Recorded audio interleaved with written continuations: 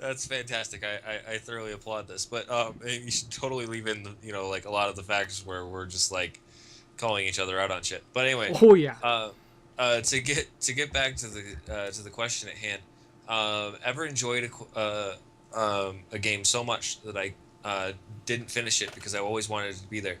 No. But that is because I'm a story person. So if there's a game that I am thoroughly enjoying that has a story, I'm enjoying the story and I have to get to the end. That is a part of who I am. I have to know the story. I have to see the end of it. So I can't it would be impossible for me to enjoy something with a story and not do the end of it. Um, that's just those two things cannot exist in the same like next to each other. It can't function. Now, superhuman Shinobi Sean Dooley. You were gonna say a thing that may potentially oppose this perspective. Please do No, say a thing.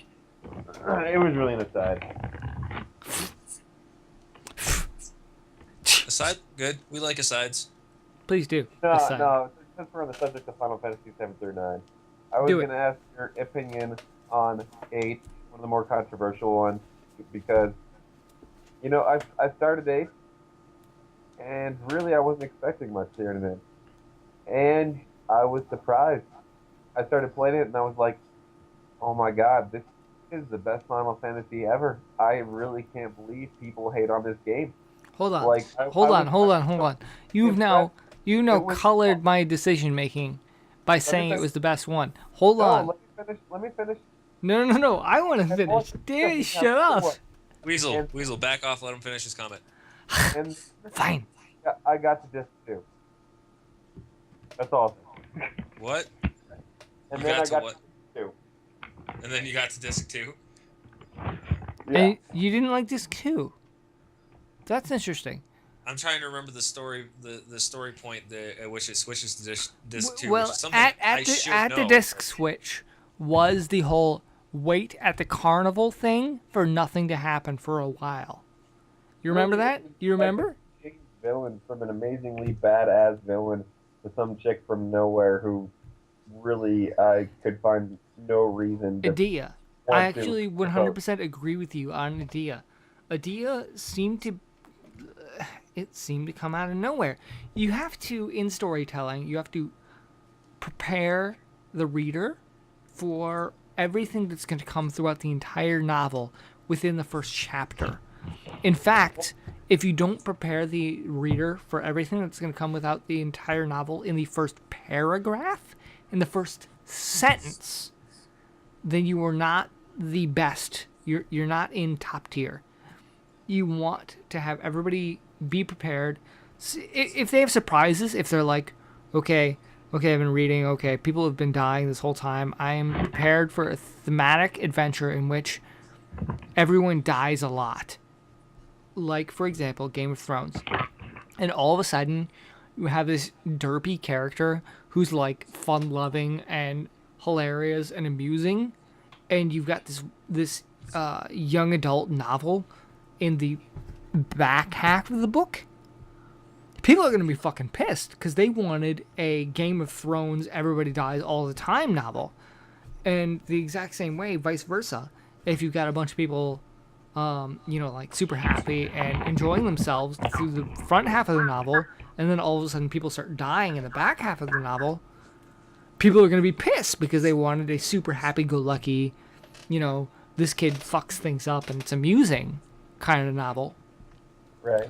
In the same way, in books, if all of a sudden you have this character that comes out of nowhere and does these like, haha, I actually control shit game from nowhere, it's not going to go over well. And that's the same way in games. Idea Right. came out of nowhere for me in the I second think half of Final Fantasy VIII. I it didn't like usually it. get. I think the problem. I think the biggest problem is though, with like the Final Fantasy games. Well, I really enjoy them. I always thought the stories in the long run ended up horribly disjointed and kind of impulsive. There's sort of But a Japanese thing, isn't it? See, that's exactly where I was going to go. I've had to catch with my buddy, and I realized, since I like nerding out watching some Japanese films and stuff like that, and I've watched films from a few other Asian cultures and stuff like that. It seems to be a theme, and it really just seems to be a difference in the way they express themselves in storytelling. Their idea of what makes a good story is developed differently than ours, so it's different expectations. You have to ask yourself, though, is that okay? Is that better? Which which type of storytelling is actually better than the other, and which do you want? You think about you go way back to the classics. You go to Banquo and you go to Macbeth and you go to Shakespeare,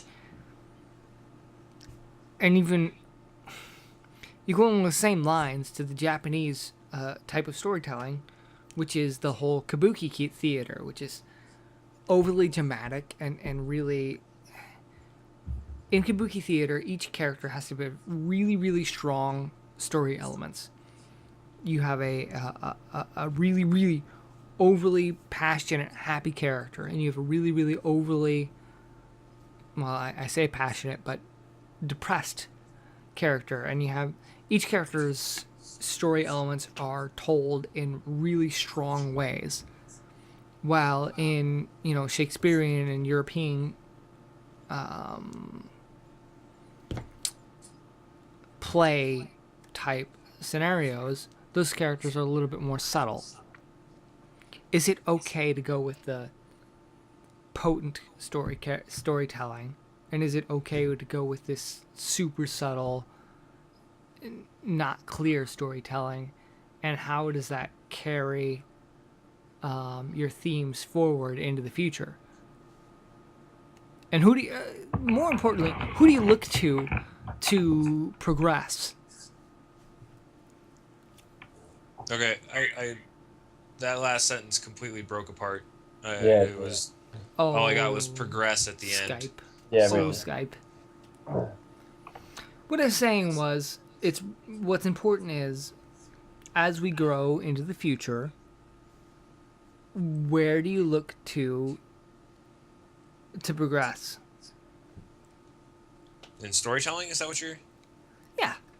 Yeah. Well, the honestly, I think it's important um, to maintain all the different modes of storytelling. I think that all of them serve their purpose, like serve a purpose, um, and that you know the yeah like some styles are gonna gravitate more like some people are gonna like this more, some people are gonna like this more.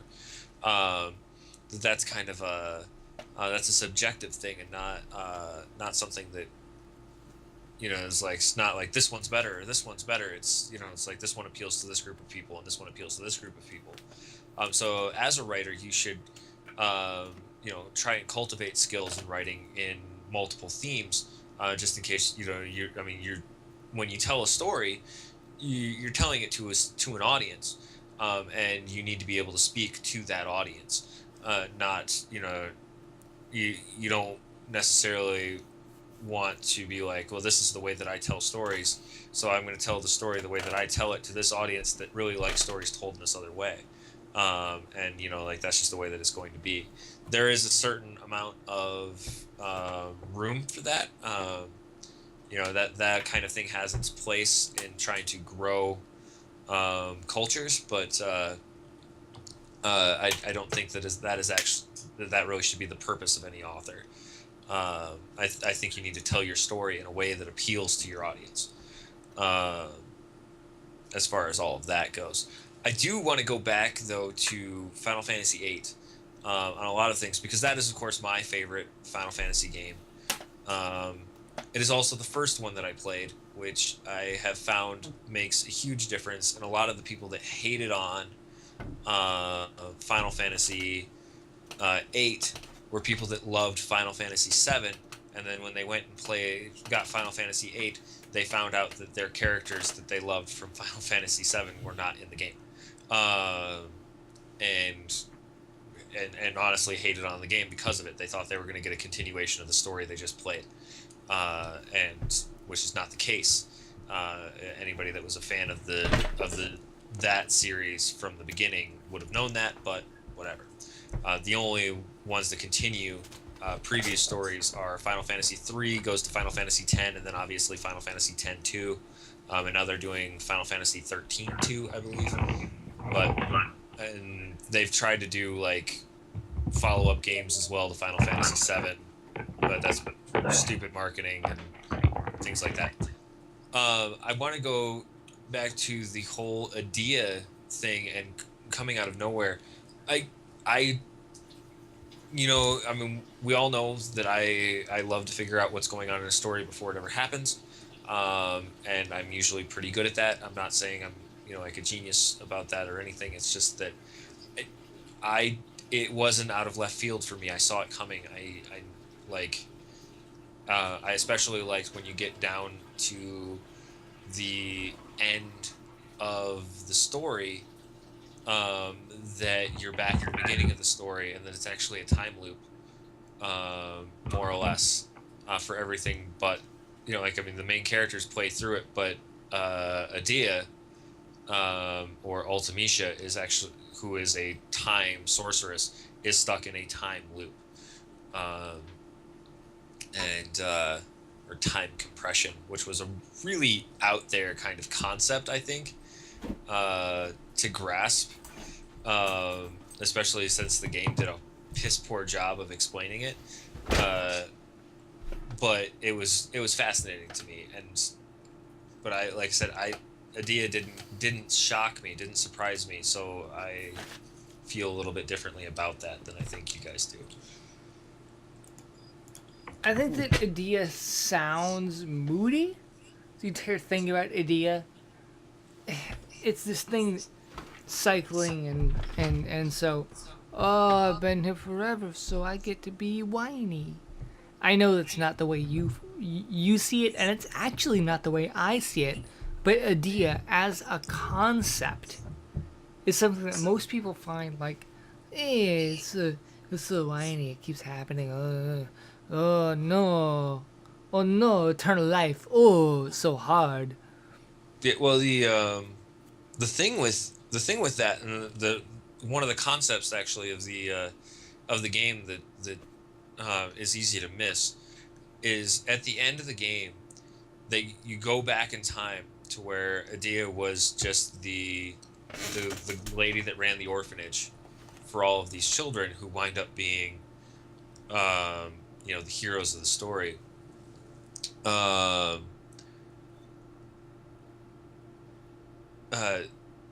Ultimecia is there after you defeat her with Adia, and like you step in to defend, and Adia's like, no, like she needs to pass on her powers so that she can die, which is what then again resurrects Adia as Ultimecia, and then it's Ultimecia's powers that are really trapped in the time loop, which causes the whole story to roll out. I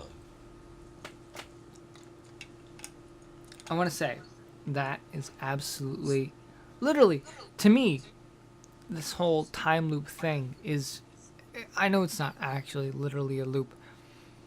It's fascinating to me. I love it when you fuck with time. It's the whole thing with me loving Doctor Who. I absolutely love trying to figure out all the possible results of shit like that. I don't understand why, in that case, Final Fantasy VIII wasn't fascinating. I think it's because people were so obsessed with 7. That's all I got, is because people were so obsessed with 7. Then, of course, Superhuman Shinobi Shonduli, his favorite, was 9. So I guess his opinion is completely irrelevant to Final Fantasy VII lovers.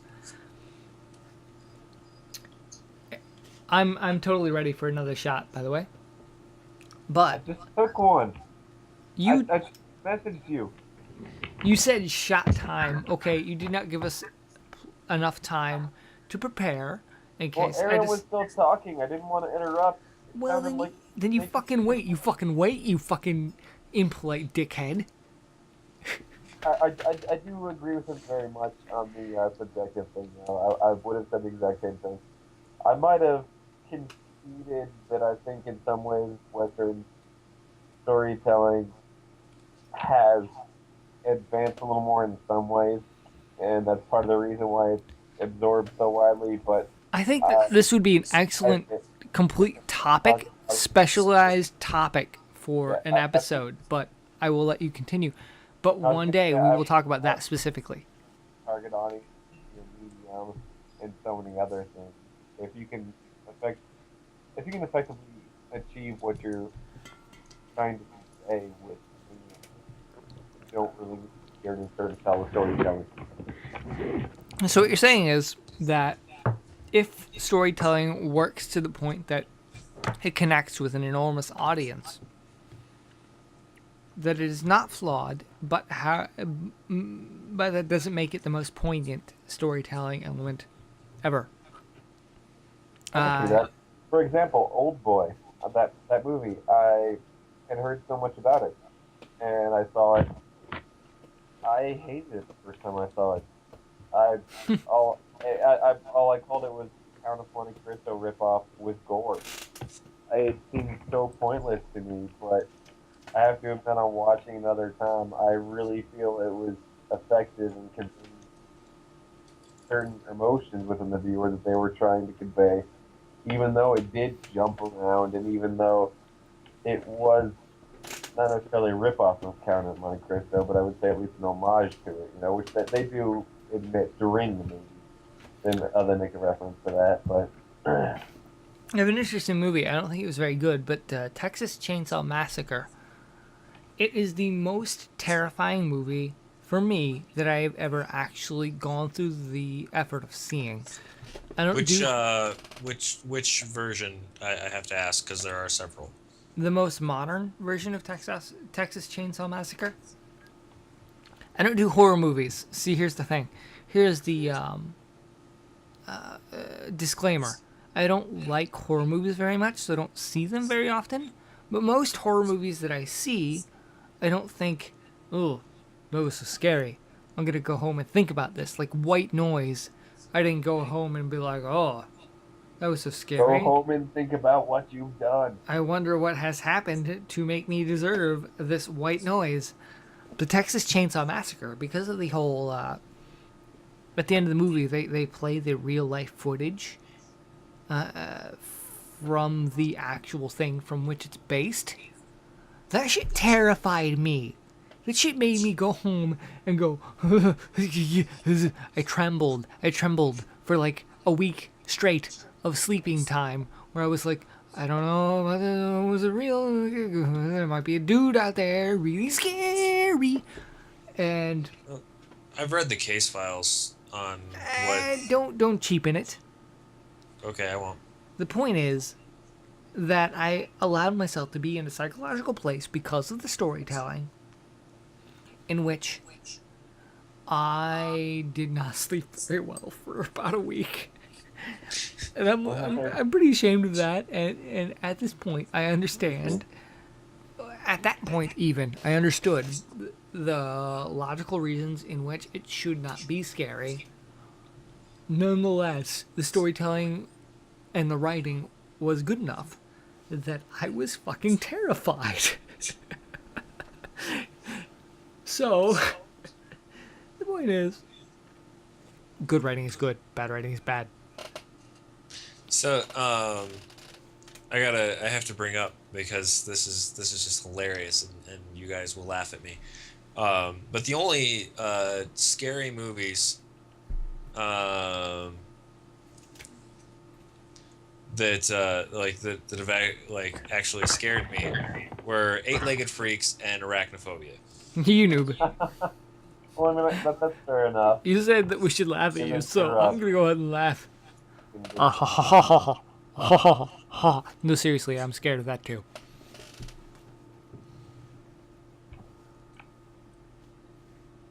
Go on. This is totally you, Aaron. Go sorry. ahead and elaborate. Well, I'm terrified of spiders. Okay, I have an irrational fear of spiders. Although some people say that it's not an entirely irrational fear, as I was almost killed by black widows. That's I was not terrified. the part at which it becomes rational to me. Spiders, you can't see them. There's a chance that you could not see something that could fucking kill you. Yeah, but I'm not terrified of bacteria.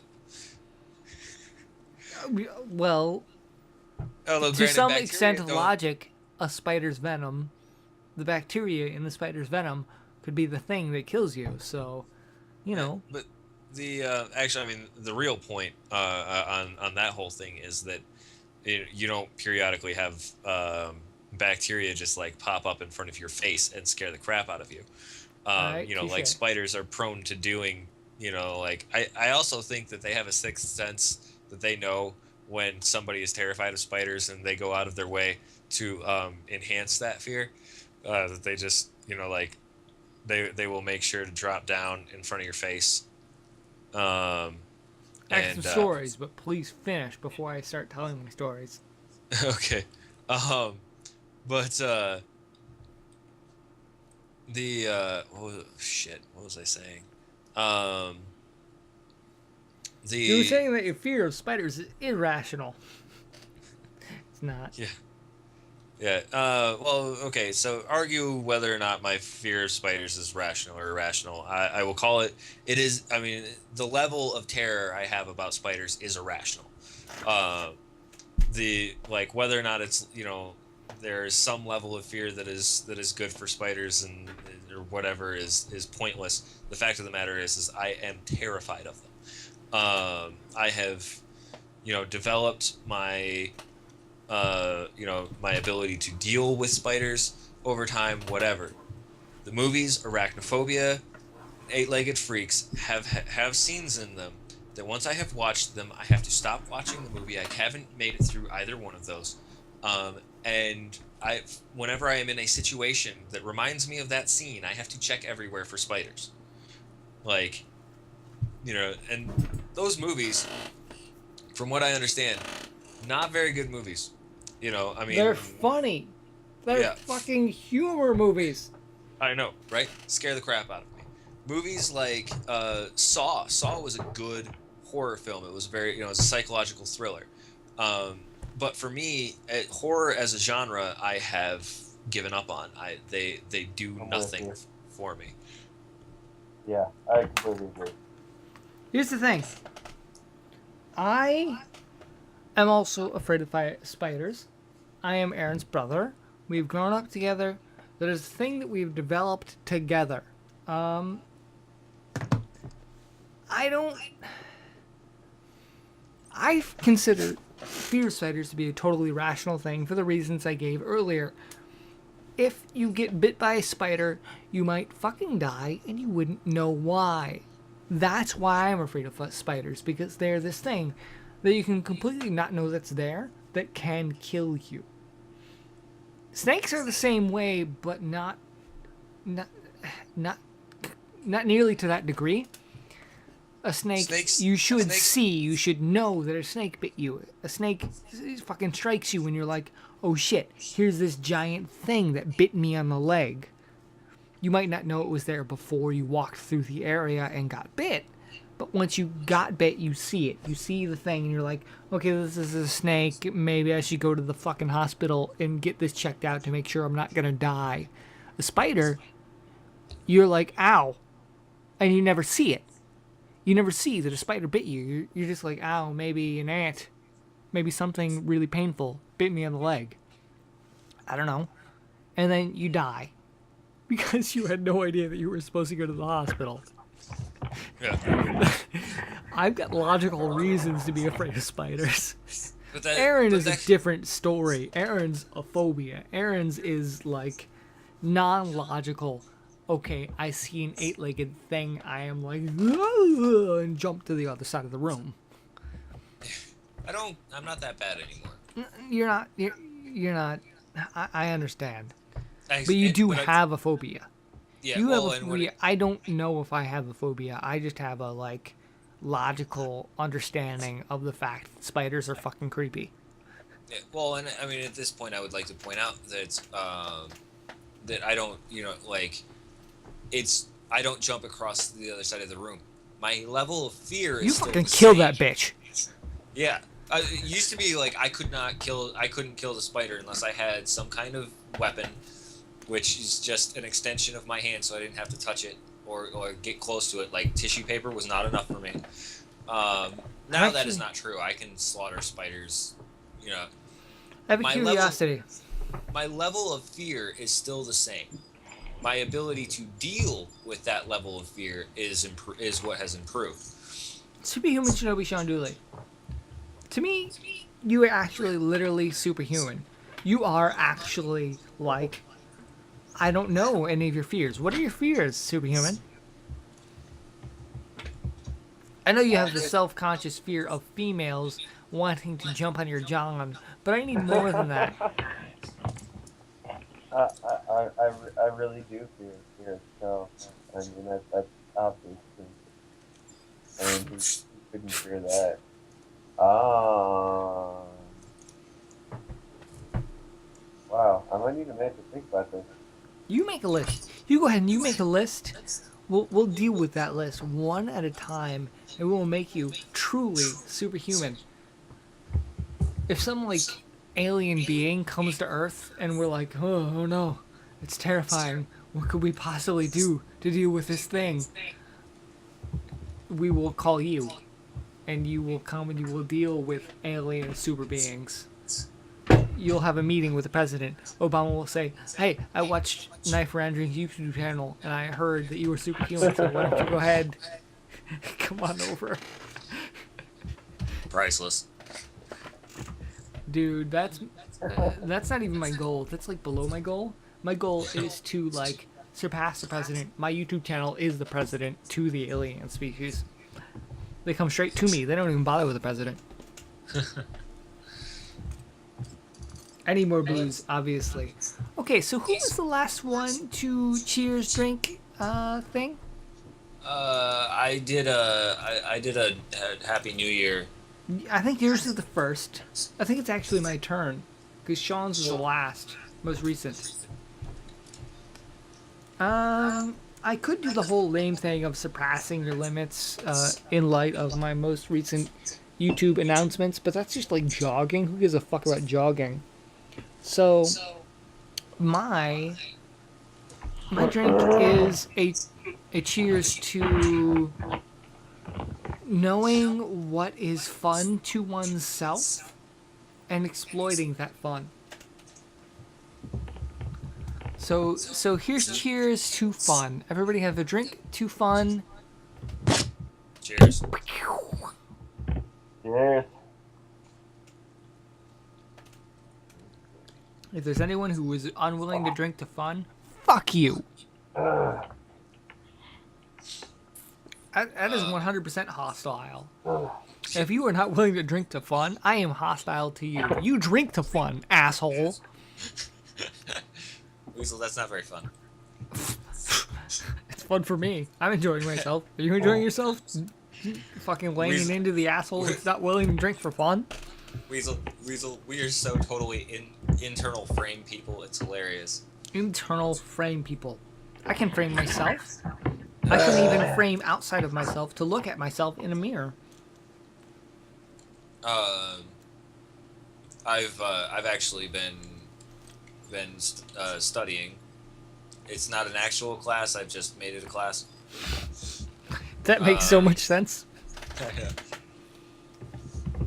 Like warrior, paladin. I don't know. Are you talking about samurai? Is that the class you're talking about? No, I'm just fucking with you. Go ahead. Please tell me the lesson you've learned. I don't want to miss it. Okay. He deals with personality types and things like that. So is what I've been going through. I got into this because of the psychological aspect.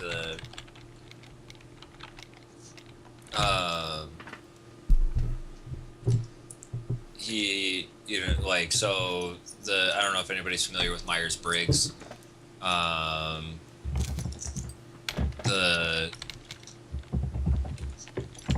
Myers-Briggs is a personality assessment. It's not incredibly important, but Yeah, I took that test once. You don't want to know Yeah. the result. the ENF, like I'm an ENFP. If anybody understands what that means, cool. I do. There are also things called like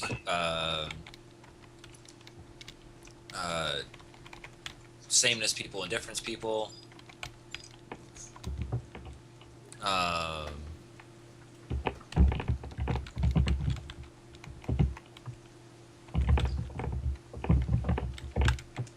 there are. Sorry, I got distracted. There are internal frame and external frame. One of the things that I have learned recently, Weasel, you might have noticed the comment on my Facebook page You're fucking dumb. about learning. You know, I'd learned 2 things in the morning, like that had changed my life forever. Yeah. And one of those things, or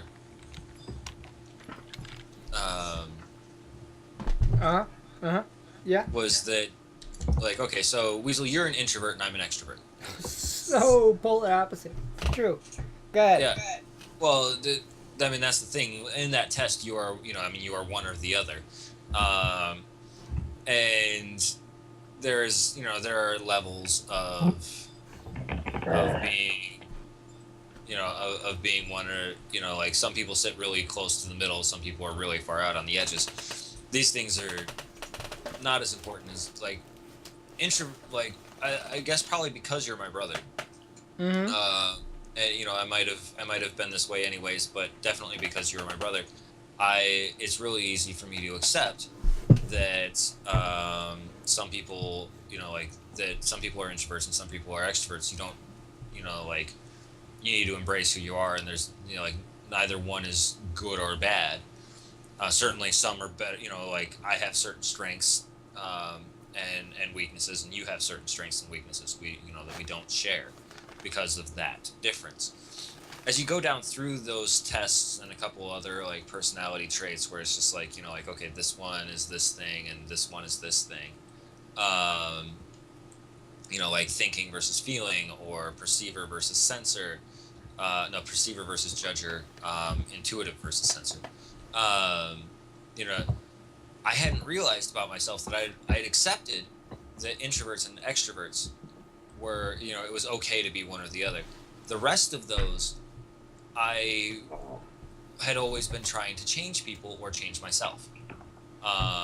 Like I accepted that I could accept people as being an introvert or an extrovert. I couldn't.